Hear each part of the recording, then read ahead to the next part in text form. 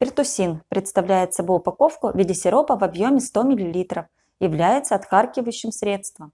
Действующие вещества: калий-бромид, жидкий экстракт чабреца.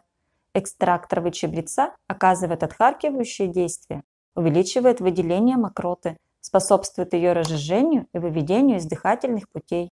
Калий-бромид снижает возбудимость центров центральной нервной системы, отвечающих за кашлевые рефлексы.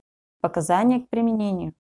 Применяется в качестве отхаркивающего средства в комплексной терапии ОРВИ, бронхитов, трахеитов, а также у детей при коклюше.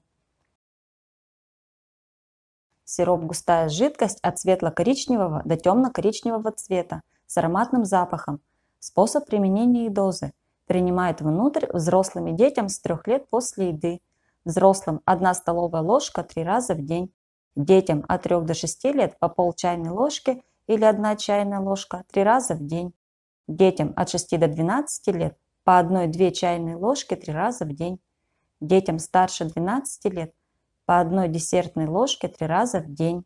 Курс лечения 10-14 дней. Увеличение длительности курса после рекомендации врача. Особые указания.